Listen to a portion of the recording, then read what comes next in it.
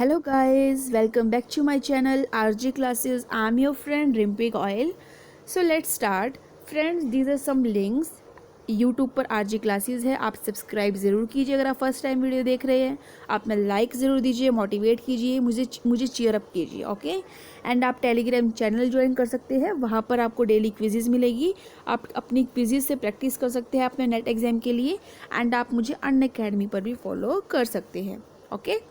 सो अब हम बात करते हैं कॉन्सेप्ट के बारे में, principles of scientific management, okay. So scientific management को हम पढ़ेंगे डिटेल में, डायग्रामेटिकली पढ़ेंगे, ओके। बट अभी सिर्फ आपको इतना समझना है कि जो ये साइंटिफिक मैनेजमेंट है, इस साइंटिफिक मैनेजमेंट का कॉन्सेप्ट जो है वे फ्रेडरिक विंसलो टेलर लेकर आए, ओके। इसे हम FW टेलर भी कह देते हैं, पूरा नाम है Frederick Winslow Taylor. Frederick Winslow Taylor ने जब साइंटिफिक मैनेजमेंट की प्रपाउंड की तो ये है क्या? साइंटिफिक मैनेजमेंट एक नई सोच है मैनेजमेंट का, एक नई थिंकिंग है मैनेजमेंट को लेकर, ठीक है। अब आगे पढ़ते। अब कॉन्सेप्ट को अच्छे से करने के लिए उसके बिहाइंड क्या हिस्ट्री है वो हमें पता होना चाहिए एग्जैक्ट, जिससे आपके माइंड में स्टोरी आ जाएगी इमीडिएटली। हाँ, हमने ये स्टोरी पढ़ा था, तो चीज़ आपके माइंड में रहेगी। हमें नहीं पता कि नेट वाला किस तरीके से आपको क्वेश्चन बनाकर दे दे, तो हमें हर एक चीज़ पढ़कर जाना है, ओके। सो 1878 के अंदर फ्रेडरिक विंसलो टेलर ने मिडवेल स्टील कंपनी ज्वाइन करी, जो कि वे कंपनी USA में थी। और जब उन्होंने वे कंपनी ज्वाइन करी तो वो उस टाइम सिर्फ एक लेबर के तौर पर गए थे कंपनी में, एज ए लेबर उनकी पोजीशन थी सिर्फ कंपनी में, ठीक है। लेकिन अपने डेडिकेशन से, अपने हार्डवर्क से वे 6 साल के अंदर अंदर उसी मिडवेल स्टील कंपनी यानी उसी सेम कंपनी में चीफ इंजीनियर बन गए। सीधा लेबर से जंप होकर chief engineer, that's a great achievement. तो उन्होंने 6 साल के अंदर अंदर इतनी बड़ी पोजीशन अचीव कर ली। तो जब जो ये 6 साल का जो ये पीरियड था, उस टाइम FW टेलर ने बहुत सारे एक्सपेरिमेंट्स करे, ठीक है। एंड एक कंक्लूजन पर आए कि जितना लेबर काम करता है वो काम उसके पोटेंशियल से कम है। अब समझिए बात को। फॉर एग्जाम्पल, एक लेबर डेली का 50 यूनिट्स प्रोड्यूस कर रहा है, ठीक है। लेकिन लेबर एक दिन के अंदर 70 से लेके 80 यूनिट्स तक प्रोड्यूस कर सकता है।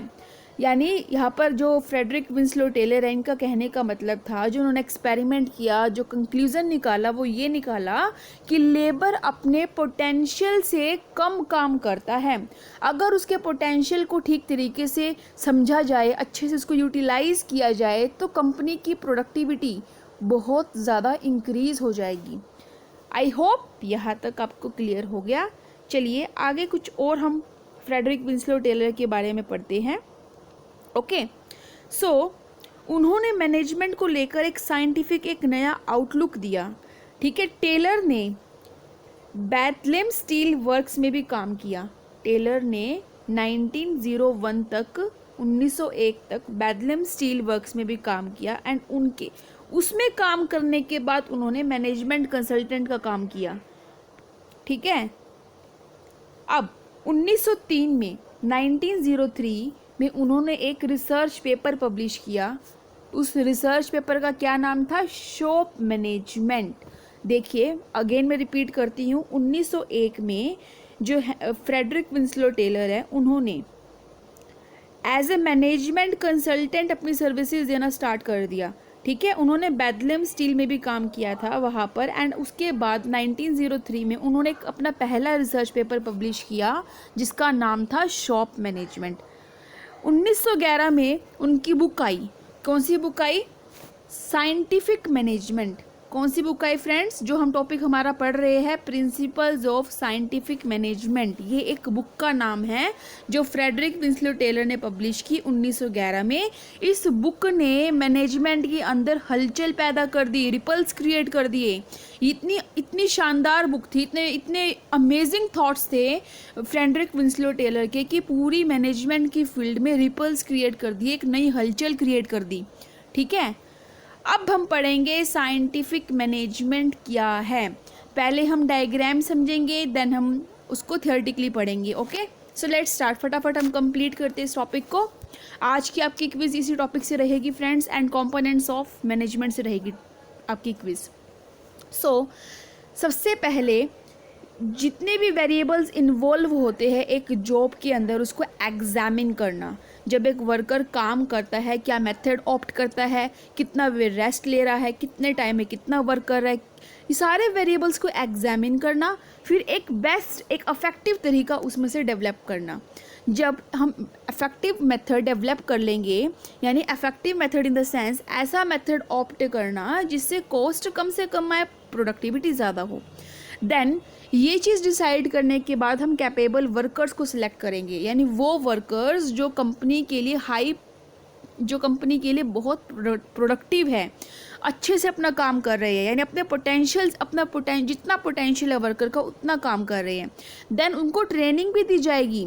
हमने उनका पोटेंशियल तो जज कर लिया, लेकिन उनको ट्रेनिंग भी प्रोवाइड की जाएगी। तो जो ये हमने स्टेप्स यूज़ किए, इससे क्या होगा, प्रोडक्टिविटी इंक्रीज़ होगी। अगर प्रोडक्शन इंक्रीज़ होगी, रिवेन्यूज़ इंक्रीज़ होंगे फर्म के, तो वेजेस भी ऑटोमेटिकली इंक्रीज़ होगी लेबर्स की, एंड मैनेजरल एफिशिएंसी भी इम्प्रूव होगी। So this is all about scientific management, कि जो भी एक्टिविटीज़ कंपनी के अंदर हो रही है, इंडस्ट्रीज़ में हो रही है, उसको किस तरीके से साइंटिफिकली एक सिस्टमेटिक तरीके से मैनेज किया जाए, that is scientific management. Scientific management के अंदर जितने भी पुराने तरीके हैं, ट्रेडिशनल अप्रोचेज़ है मैनेजमेंट को लेकर, उनको डिस्कार्ड कर दिया, ठीक है, एंड नए नए साइंटिफिक न्यू टेक्निक्स को ऑप्ट किया, जिससे कॉस्ट कम से कम आए और कंपनी की प्रोडक्शन ज़्यादा हो। That is all about scientific management, जिसमें ट्रेडिशनल अप्रोचेज़ को तो डिस्कार्ड कर दिया, ख़त्म कर दिया, और उसकी जगह हमने नए नए साइंटिफिक तरीके अपनाए, ठीक है। सो यहाँ पर हम कुछ डेफिनेशन पढ़ते हैं, अब आपको डेफिनेशन क्लियर हो जाएगी। साइंटिफिक मैनेजमेंट को पढ़ने से पहले हमें पता होना चाहिए व्हाट इज़ मैनेजमेंट। मैनेजमेंट का मतलब है एक्ट ऑफ नोइंग, यानी किसी चीज़ के बारे में जानना। जब तक आपको किसी चीज़ की जानकारी नहीं होगी, आप मैनेज कैसे करेंगे, right. So act of knowing exactly what you want man to do and then seeing it that they do it in the best and cheapest way. पहले आप ये जानिए कि आप स्टाफ से, एक मैन से क्या कराना चाहते हैं। ये जानने के बाद आप देखिए कि क्या वो काम बेस्ट और चीपेस्ट, सबसे चीपेस्ट तरीके से हो रहा है या नहीं हो रहा। चीपेस्ट का मतलब सबसे कम खर्चे पर हो रहा है या नहीं हो रहा। तो मैनेजमेंट का मतलब ये जानना पहले कि आप कराना क्या चाहते हो एक मैन से। जब आप ये डिसाइड कर लेते हो, देन देखिए कि क्या वो पर्सन उस काम को सबसे अच्छे तरीके से और एफिशिएंट तरीके से कर रहा है या नहीं कर रहा। That is all about management. Scientific management क्या है, इसमें आप बस साइंटिफिक वर्ड ऐड कर दीजिए। साइंटिफिक का मतलब ऐसे ऐसे नए नए मेथड्स ऑप्ट करना मैनेजमेंट करने के लिए, जिससे वेस्ट तो कम से कम हो और प्रोडक्शन ज़्यादा हो और कम से कम कॉस्ट पर हो, मिनिमम कॉस्ट पर हो। सो आई होप आपको ये स्लाइड क्लियर हो गई। नेक्स्ट हम बात करेंगे फीचर्स के बारे में साइंटिफिक मैनेजमेंट के। जो साइंटिफिक मैनेजमेंट है, ये सारे के सारे फीचर्स, अगर आपको कॉन्सेप्ट क्लियर हो गया तो आपको ये सारे फीचर्स भी ऑटोमेटिक क्लियर हो जाएंगे, ठीक है। फर्स्ट आता है सिस्टमैटिक अप्रोच। साइंटिफिक मैनेजमेंट एक सिस्टमैटिक अप्रोच है मैनेजमेंट का, जिसमें जितनी भी एक्टिविटीज़ है एक सिस्टमैटिक और साइंटिफिक मैनर में कंप्लीट होती है। सेकंड है सेकंड है brings complete mental change. Scientific management जो है ओनर्स और एम्प्लॉयज़ के बीच का, जो ओनर्स है और जो एम्प्लॉयज़ है, दोनों की जो एटीट्यूड है काम को लेकर, उसको कंप्लीट चेंज कर देता है। दोनों ही पार्टीज़ अपने इंडिविजुअल प्रॉफिट्स को ना देखकर फर्म्स के प्रॉफिट को इंक्रीज करने में लग जाती है, ठीक है। नेक्स्ट है डिस्कार्ड्स ट्रेडिशनल मैनेजमेंट। साइंटिफिक मैनेजमेंट में हमने पढ़ा ही था कि ट्रेडिशनल मैनेजमेंट को डिस्कार्ड कर देना, ठीक है, ओल्ड टेक्निक्स को डिस्कार्ड कर देना और उसकी जगह मॉडर्न टेक्निक्स का यूज़ करना, जिससे एम्प्लॉयज़ की एफिशिएंसी इंक्रीज हो। ओके, नेक्स्ट है required strict observance of rules. Scientific management का जो फोर्थ फीचर है वो ये है कि जो रूल्स है उसको स्ट्रिक्टली फॉलो किया जाए। वही बात आ गई फ्रेंड, डिसिप्लिन की बात की थी मैंने, प्रिंसिपल्स ऑफ मैनेजमेंट जो हेनरी फ्योल ने दिए थे कि डिसिप्लिन तो हर चीज़ में चाहिए। यही बात कही गई है, यही बात F.W. टेलर ने भी कही है कि रूल्स को स्ट्रिक्टली फॉलो किया जाए। जब तक रूल्स स्ट्रिक्टली फॉलो नहीं होंगे तो जो मैनेजमेंट है वो फेड हो जाएगी, अच्छे से नहीं हो पाएगी। रूल्स ही चीज़ों को मैनेज करने में हेल्प करते हैं। Improves the efficiency of workers, जब नई नई टेक्निक्स ऑप्ट होगी, वर्कर्स को ट्रेनिंग दी जाएगी, तो सीधी सी बात है वर्कर्स की एफिशिएंसी इंक्रीज होगी। यहाँ पर ज़्यादा वेटेज स्पेशलाइजेशन को दिया जाता है। देखिए, स्पेशलाइजेशन हमेशा ही अचीव होती है डिवीज़न ऑफ वर्क से। किससे अचीव होती है? डिवीज़न ऑफ वर्क से ही हमेशा स्पेशलाइजेशन अचीव होती है। ओके, सो साइंटिफिक मैनेजमेंट यही कहता है कि पूरे काम को स्मॉल स्मॉल पार्ट्स में डिवाइड कर दो और हर एक काम उस बंदे को अलॉट करो जो उसमें एक्सपर्ट हो, जिससे वही काम कम समय में होगा, एफिशिएंटली होगा, स्पेशलाइजेशन अचीव होगी। ठीक है, एंड जो स्पेशलाइजेशन है वे सारे के सारे डर्ट को, वेस्टेज को स्वीप कर देगा, क्लीन कर देगा। बिकॉज देखिए फ्रेंड्स, अगर हर एक एक्सपर्ट बंदा एक चीज़ों को संभाल रहा है, छोटे छोटे पार्ट्स को संभाल रहा है, तो जितना भी वेस्टेज होने का चांस है वो सारा क्या हो जाएगा? स्वेप हो जाएगा, क्लीन हो जाएगा, है ना, एकदम रिसोर्स, मतलब कहने का मतलब वेस्टेज खत्म हो जाएगी। वेस्टेज कम होगी तो प्रोडक्शन ज़्यादा होगी। नेक्स्ट है हमारा यूज़फुल फॉर लार्ज ऑर्गेनाइजेशंस। ये जो बड़ी बड़ी ऑर्गेनाइजेशंस है ना, ये वहीं पर ही साइंटिफिक मैनेजमेंट की जा सकती है, क्योंकि इसको करना थोड़ा एक्सपेंसिव होता है। जो स्मॉल कंपनीज़ है वो क्या पता अफोर्ड ना कर पाए, इसीलिए थियोरेटिकली यही बात कही गई है कि लार्ज ऑर्गेनाइजेशन के लिए काफ़ी यूज़फुल है। ओके, बट ये चीज़ हम प्रैक्टिकली कहे तो हम प्रैक्टिकली नहीं कह सकते कि स्मॉल कंपनीज यूज़ नहीं कर सकती है। डिपेंड करते हैं कि उसको अफोर्ड कर पा रहे हैं या नहीं कर पा रहे, बट थियोरेटिकली यही कहा गया है कि ये लार्ज ऑर्गेनाइजेशन के लिए यूज़फुल है। ये एक अटैम्प्ट है, कोशिश है वेस्टेज को कम करने के लिए। सीधी सी बात है, हमने इतना कुछ पढ़ा है तो आपको ये वाला पॉइंट ऑटोमेटिकली क्लियर हो गया होगा। अब हम इसके पढ़ने वाले हैं प्रिंसिपल्स। ये फ्रेंड्स क्या है? प्रिंसिपल्स है साइंटिफिक मैनेजमेंट के। ओके, फर्स्ट प्रिंसिपल आता है आपका science not rule of thumb. इसका मतलब ये प्रिंसिपल जो है क्या कहता है, ध्यान से सुनिएगा, कि जो भी ओल्ड टेक्निक्स, ओल्ड मेथड्स जो भी अडॉप्ट किए जाते हैं वर्क के लिए, उसको ख़त्म कर दिया जाए। ऐसा नहीं है कि हमें बिल्कुल स्टक होकर बैठना है कि हाँ यही मेथड्स हम यूज़ करते हैं प्रोडक्शन के लिए तो हमें यही यूज़ करने हैं। नहीं, ये science not rule of thumb का मतलब ये है कि कोई भी चीज़ रिजिड नहीं है। अगर जो चीज़ पहले हम यूज़ करते थे ओल्ड टेक्निक्स, उसको हटाओ, उसको रिप्लेस करो मॉडर्न टेक्निक के साथ। मॉडर्न टेक्निक आएगी, लेबर्स को ट्रेनिंग दी जाएगी, प्रोडक्शन अच्छी होगी, कॉस्ट कम आएगी। तो ये जो रूटीन है, जो ओल्ड टेक्निक्स है, उसको हटाकर नई नई चीज़ें लाओ, नई नई चीज़ें एक्सपेरिमेंट करो, नई नई टेक्निक्स लाओ, जिससे जो काम है, जो वर्क है, वो सिंपलर हो, ईजियर हो और क्विकर हो। ओके, नेक्स्ट है harmony not discord. Second principle कहता है कि जो हार्मनी है, जो कोऑर्डिनेशन है मैनेजमेंट का, एम्प्लॉयज़ का, लेबर्स का, उनके बीच में किसी भी तरह का डिस्टर्बेंस नहीं आना चाहिए। और इसी चीज़ को लेकर बात की गई थी मेंटल रेवोल्यूशन की। ये एक टेक्निक भी हम आगे पढ़ेंगे। इसी कॉन्सेप्ट के, इसी हार्मनी नॉट डिस्कॉर्ड का जो प्रिंसिपल है, यही इसमें ही बात की गई है मेंटल रेवोल्यूशन की। इसका मतलब एम्प्लॉयज़, वर्कर्स अपने इंडिविजुअल बेनिफिट को ना लेकर ऑर्गेनाइजेशनल बेनिफिट के बारे में सोचिए। अगर ऐसा होगा तो जितने भी कन्फ्लिक्ट्स होंगे पार्टीज़ के बीच में, वे ऑटोमेटिकली रिजॉल्व हो जाएंगे। नेक्स्ट आता है कोऑपरेशन नॉट इंडिविजुअलिज्म, यानी हर कोई इंडिविजुअली वर्क ना करे कि मुझे बेस्ट करना है, मुझे बेस्ट करना है, मुझे टारगेट अचीव करना है। यहाँ पर कोऑपरेशन होना चाहिए कि हम सबको मिलकर काम करना है वर्कर्स के बीच में। अगर हम सब मिलकर काम करेंगे, एक दूसरे की हेल्प करेंगे, तो हम ऑर्गेनाइजेशनल ऑब्जेक्टिव को फास्ट अचीव करेंगे। ठीक है, सभी इन्वॉल्व हो काम के अंदर, सभी रिस्पॉन्सिबिलिटी ले अपनी अपनी, तभी तो कंपनी मिरेक्युलस रिजल्ट्स अचीव करेगी, राइट। एंड नेक्स्ट प्रिंसिपल है maximum output not restricted output. अगर ये कहा गया है फॉर एग्जांपल कि 500 आउटपुट प्रोड्यूस करना है, ठीक है, 10 डेज़ के अंदर, तो ज़रूरी है कि बस 500 ही करना है। अगर अच्छे से काम हो रहा है, अच्छी टेक्निक्स यूज़ हो रही है, सभी मिलकर काम कर रहे, तो क्या पता 600 भी हो जाए। तो यहाँ पर ये जो प्रिंसिपल है, ये फोकस रिस्ट्रिक्टेड आउटपुट पर ना करके मैक्सिमम आउटपुट पर फोकस करता है। नेक्स्ट है development of each man to his greatest efficiency and prosperity. इस प्रिंसिपल के अकॉर्डिंग जितने भी पर्सन, जितनी भी लेबर काम कर रही है, ठीक है, उन सभी का प्रॉपर मतलब उन सभी को प्रॉपर ध्यान दिया जाए, उनकी एफिशिएंसी इंक्रीज़ करने में, उनको ट्रेनिंग प्रोवाइड की जाए कि उनकी डेवलपमेंट हो, पर्सनली डेवलपमेंट हो, ठीक है। उनके लिए ट्रेनिंग प्रोग्राम्स अरेंज करने चाहिए।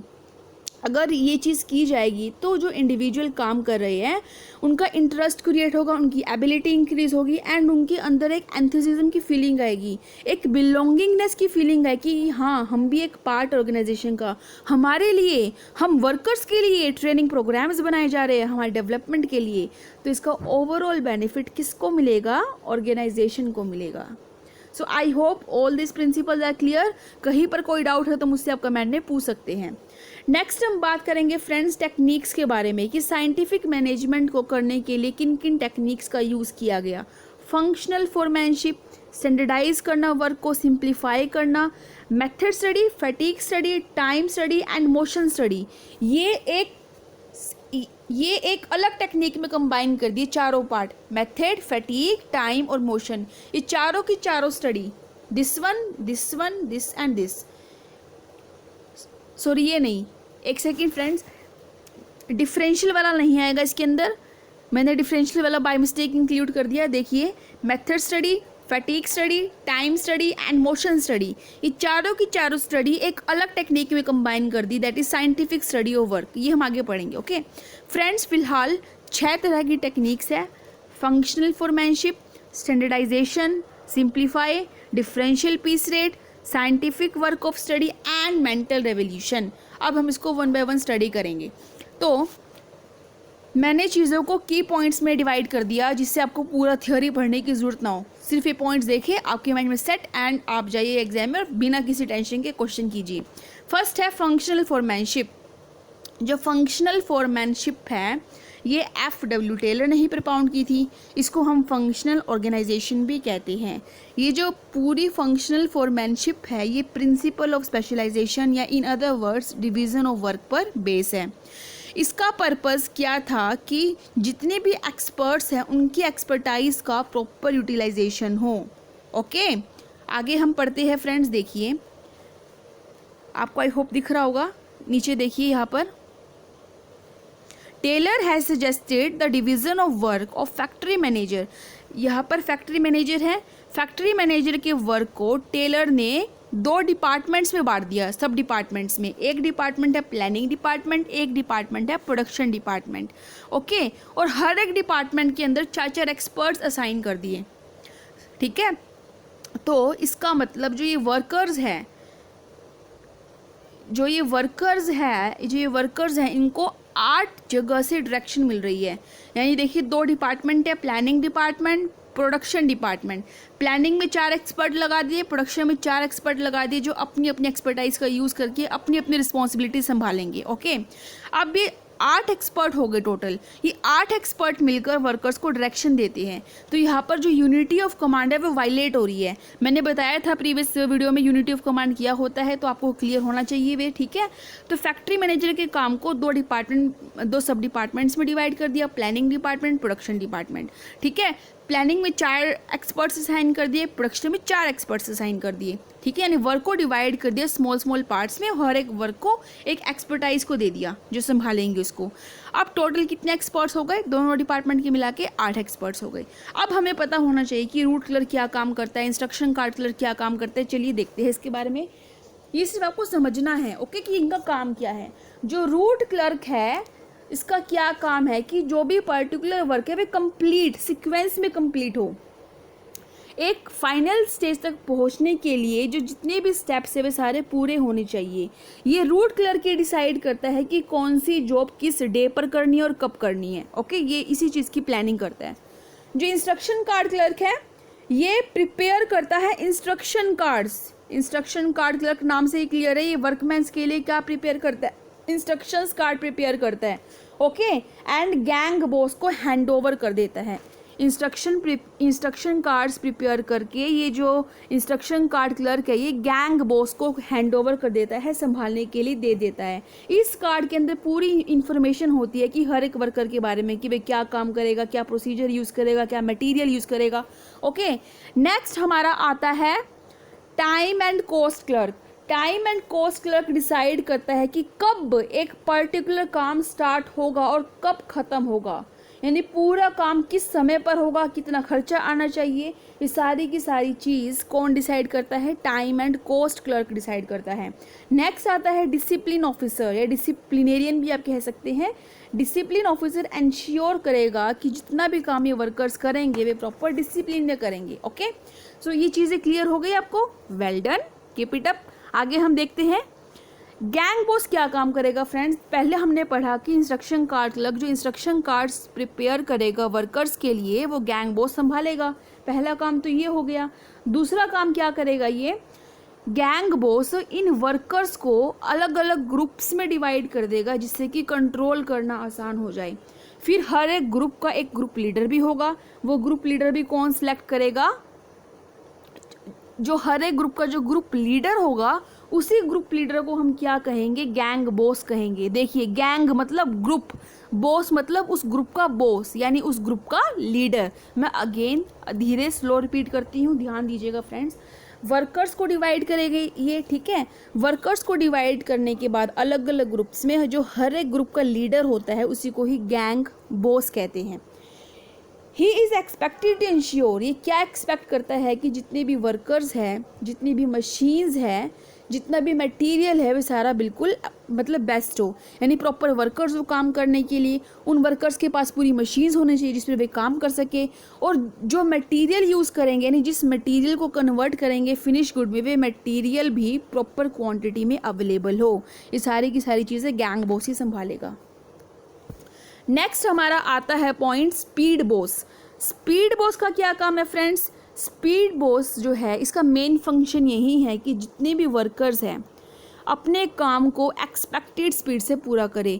यानी अगर मान लीजिए कंपनी ये एक्सपेक्ट करती है कि अगर 100 वर्कर्स काम करें तो 100 वर्कर्स मिलकर हज़ार यूनिट का आउटपुट दे एक दिन के अंदर, तो ये एक्सपेक्ट किया जा रहा है कि सारे वर्कर्स एक्सपेक्टेड स्पीड में काम करें। और ये कौन चेक करेगा उनकी स्पीड, स्पीड बॉस चेक करेगा, ठीक है। अगर स्पीड बॉस को लगता है कि बहुत स्लो काम चल रहा है तो वो चेक करेगा रीज़न क्या है स्लो काम करने का और उसका सोल्यूशन निकालेगा। रीज़न फ्रेंड कोई भी हो सकता है, क्या पता उसकी तबीयत ठीक ना हो, क्या पता उसको बहुत थकावट फटीग महसूस हो रहा हो, तो कोई भी रीज़न हो सकता है। तो स्पीड बॉस वे रीज़न चेक करके उनका सोल्यूशन निकालने की कोशिश करेगा। देन आता है रिपेयर बॉस, नाम से ही क्लियर है, ये रिपेयरिंग करेगा मशीन्स की, कोई अगर मशीन में डिफेक्ट आता है।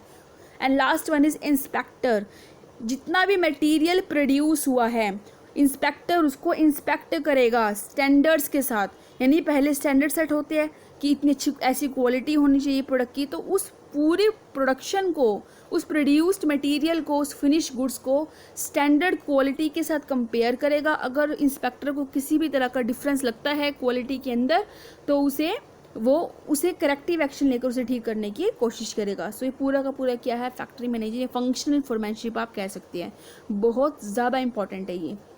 नेक्स्ट हम पढ़ेंगे second technique, standardisation of work. इसको समझने से पहले हमें पता होना चाहिए व्हाट इज़ स्टैंडर्डाइजेशन। स्टैंडर्डाइजेशन एक प्रोसेस है स्टैंडर्ड्स को सेट करने का।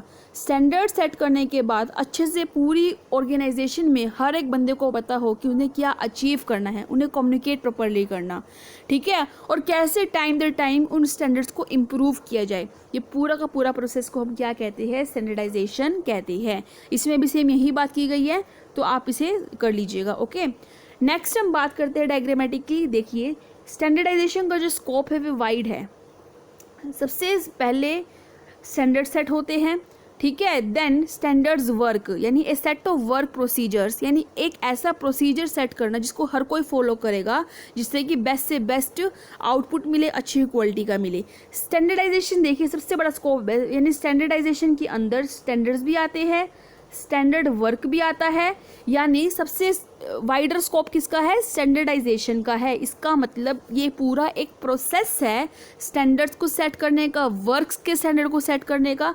ओके, देखिए पहले टाइम में क्या होता था फ्रेंड, अर्ली डेज के अंदर कोई स्टैंडर्ड्स नहीं होते थे। आपको ना स्टॉप के बहुत सारे बोर्ड देखने को मिल जाएंगे अलग अलग, पहले टाइम की बात है ये। बट नाउ हर एक, देखिए फ्रेंड्स, यहाँ पर आयरलैंड का, मोरक्को का, लाओस का, हर एक का आपको अलग अलग स्टॉप का साइन देखने को मिलेगा बोर्ड का।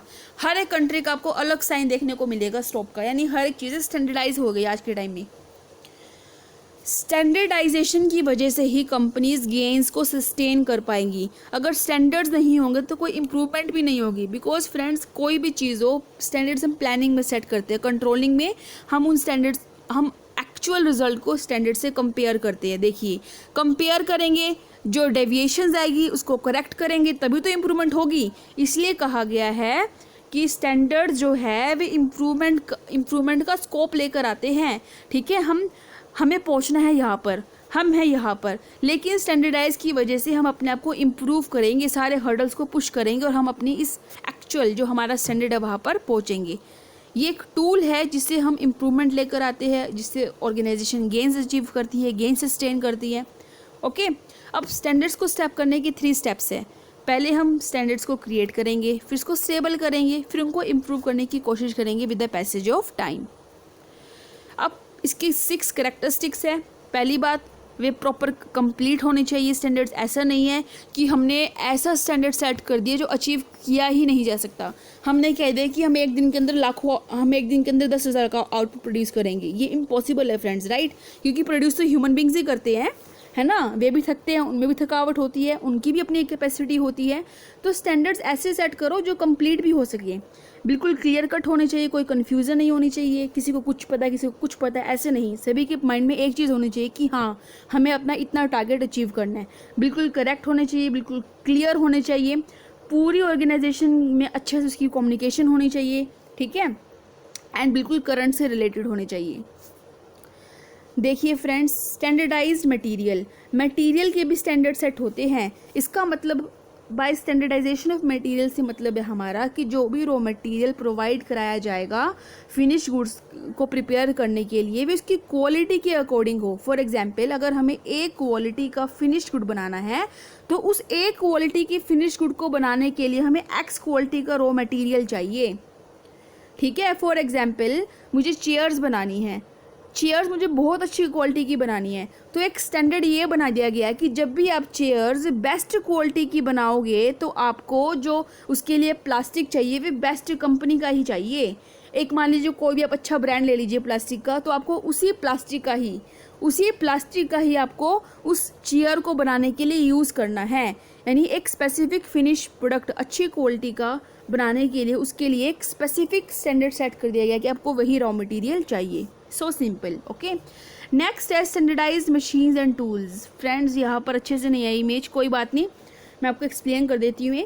यहाँ पर मशीन्स का स्टैंडर्ड सेट करना, ठीक है, कि एक डिज़ायर्ड फिनिश गुड को प्रोड्यूस करने के लिए उतनी ही क्वांटिटी लगेगी एंड वही मशीन्स आपको यूज़ करनी है बनाने के लिए। जैसे फॉर एग्जांपल, अगर आपको बेस्ट क्वालिटी की चेयर्स बनानी है और आपको एक बेस्ट ब्रांड का, आपको वही स्पेसिफिक ब्रांड का प्लास्टिक यूज़ करना है उस अच्छी क्वालिटी के फिनिश गुड को बनाने के लिए, तो अब इसमें आप एक चीज़ और ऐड कर दें कि आपको मशीन भी बेस्ट चाहिए, बेस्ट क्वालिटी का प्रोडक्ट बनाने के लिए। इन अदर, मैं कंक्लूजन की बात करूं, आपने रॉ मटेरियल का स्टैंडर्ड सेट कर दिया, आपने फिनिश गुड्स का स्टैंडर्ड सेट कर दिया, आपने मशीन्स का स्टैंडर्ड सेट कर दिया। यानी अगर आपको एक फर्स्ट ग्रेड की चीज़ बनानी है, फर्स्ट यानी एक हाईएस्ट क्वालिटी की चीज़ बनानी है, तो आपने इस टारगेट को अचीव करने के लिए आपने स्टैंडर्ड्स, आपने रॉ मटेरियल को लेकर स्टैंडर्ड सेट कर दिया, आपने मशीन्स को लेकर स्टैंडर्ड सेट कर दिया एंड आपने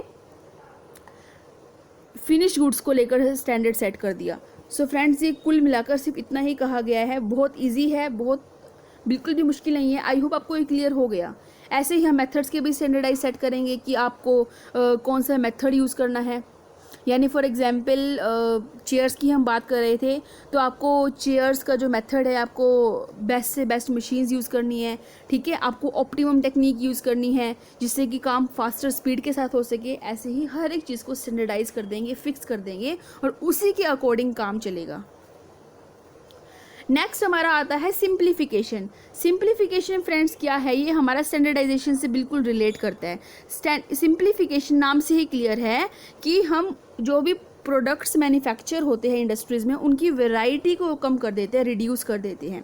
ठीक है, प्रोडक्ट रेंज को रिड्यूस करना, ठीक है, पार्ट्स को रिड्यूस करना, मटेरियल को रिड्यूस करना।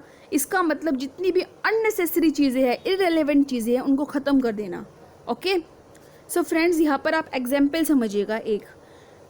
ठीक है, एक शू मैन्युफैक्चरिंग कंपनी है।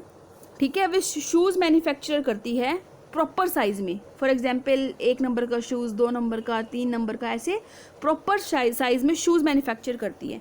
लेकिन उसी कंपनी ने 0.5, 2.5 ऐसे इम्प्रॉपर नंबर के भी शूज़ मैन्युफैक्चर करने स्टार्ट कर दिए। ठीक है। लेकिन फ्रेंड्स, चाहे वे 1 नंबर का शूज़ हो चाहे वे 0.5 का हो, ज़्यादा डिफरेंस नहीं होता। यानी जो उन्होंने इम्प्रॉपर नंबर में शूज़ मैन्युफैक्चर स्टार्ट करना मतलब बनाना स्टार्ट कर दिया, वे अननेसेसरी है। विच कंपनी अगर नहीं भी करती तो कोई फ़र्क नहीं पड़ता, बट कंपनी ने करना स्टार्ट कर दिया। अगर कंपनी ऐसा करेगी तो कंपनी को क्या क्या नुकसान होगा?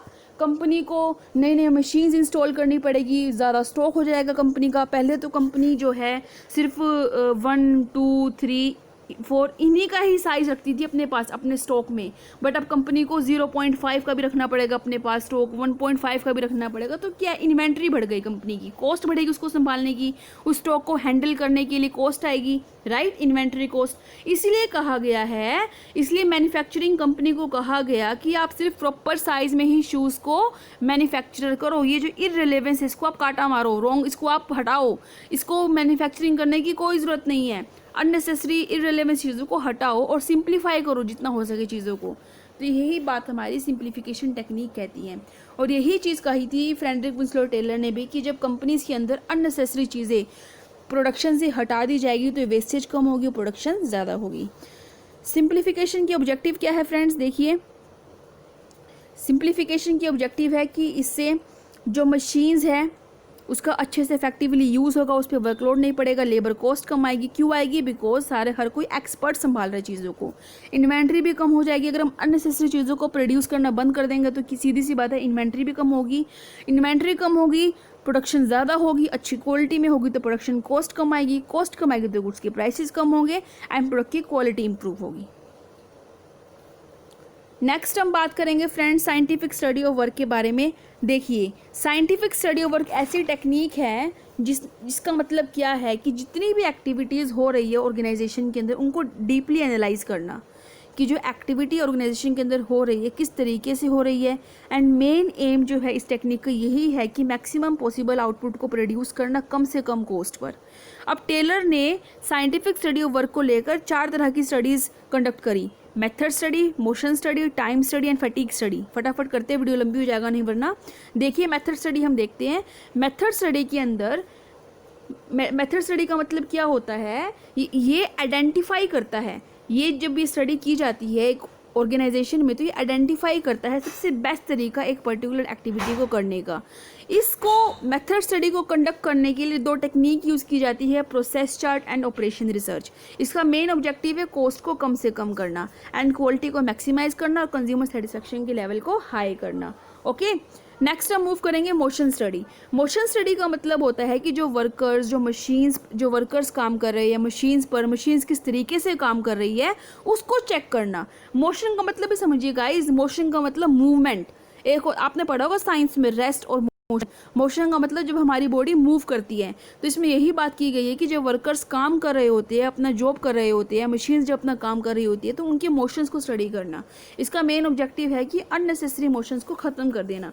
ठीक है, यहाँ पर मैं एक एग्जाम्पल दूंगी। एक्सपेरिमेंट किया गया था, उसमें ये जो ब्रिक्स लगाते हैं ना मैसन्स, वे ब्रिक्स लगाने के लिए 18 एक्टिविटी करते थे, यानी वे 18 तरह की एक्टिविटी करते थे ब्रिक्स लगाने के लिए। बट जब एक्सपेरिमेंट किया, मोशन स्टडी करी, ऑब्जर्व किया चीज़ों को, तो अननेसेसरी एक्टिविटीज़ को एलिमिनेट कर दिया गया। एंड जहाँ पर वे 18 एक्टिविटीज़ करते थे ब्रिक्स को लगाने के लिए, वे अननेसेसरी एक्टिविटीज़ को हटाकर 18 से सिर्फ 5 रह गई।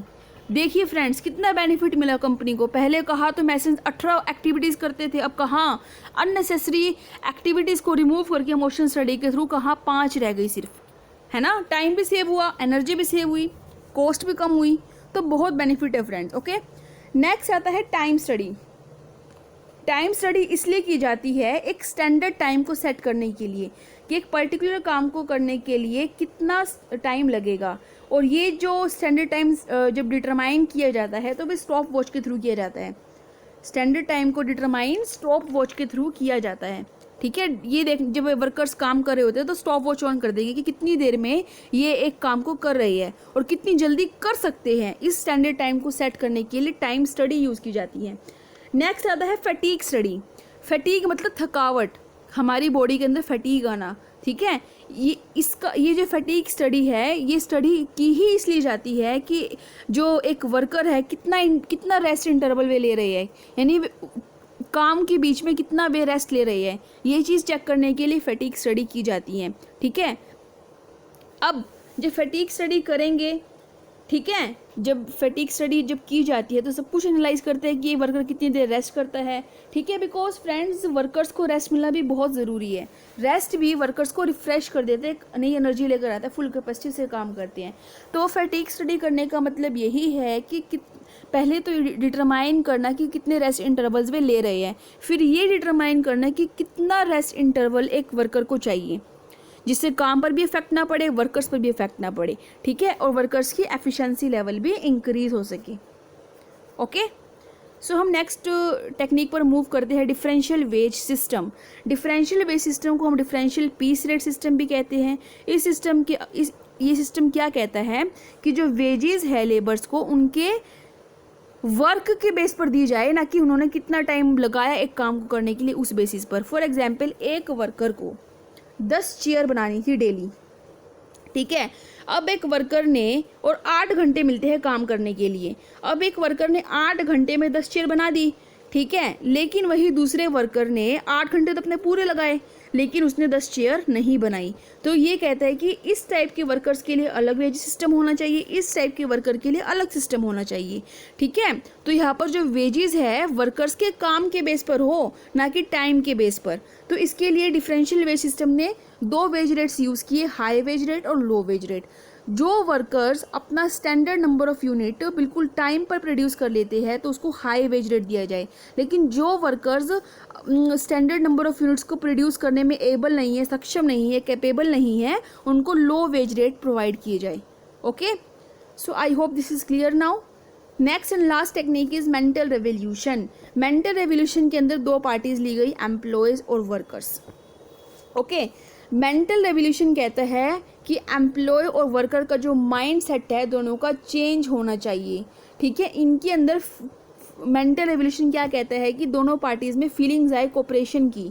तो अब रेवोल्यूशन क्या लेकर आया ये मेंटल रेवोल्यूशन टेक्निक कि एम्प्लॉय सोचता है कि मुझे मैक्सिमम सैलरी मिले, वर्कर्स सोचते हैं कि हमें मैक्सिमम वेजेस मिले, दोनों अपने अपने इंटरेस्ट के बारे में सोच रहे हैं। लेकिन मेंटल रेवोल्यूशन से क्या फ़र्क आया कि एम्प्लॉयज़ और वर्कर्स मिलकर ऑर्गेनाइजेशन के बारे में सोचे और मिलकर काम करें, ठीक है, जिससे ऑर्गेनाइजेशन के ऑब्जेक्टिव इंक्रीज हो, अचीव हो और ऑर्गेनाइजेशन के प्रॉफिट्स इंक्रीज हो।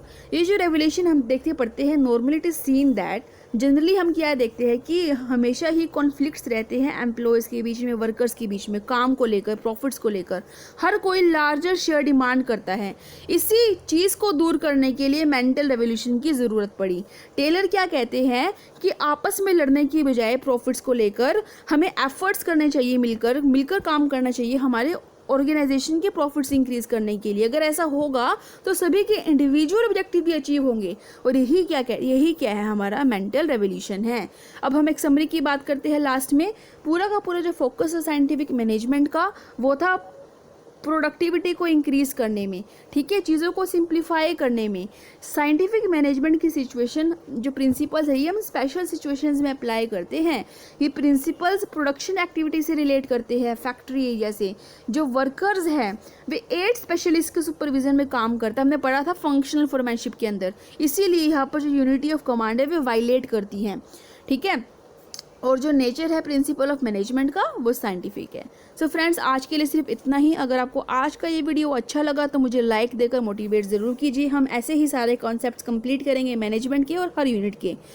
आपको ये पूरी की पूरी जो PDF की फॉर्म में आपको मैं टेलीग्राम पर प्रोवाइड कर दूंगी।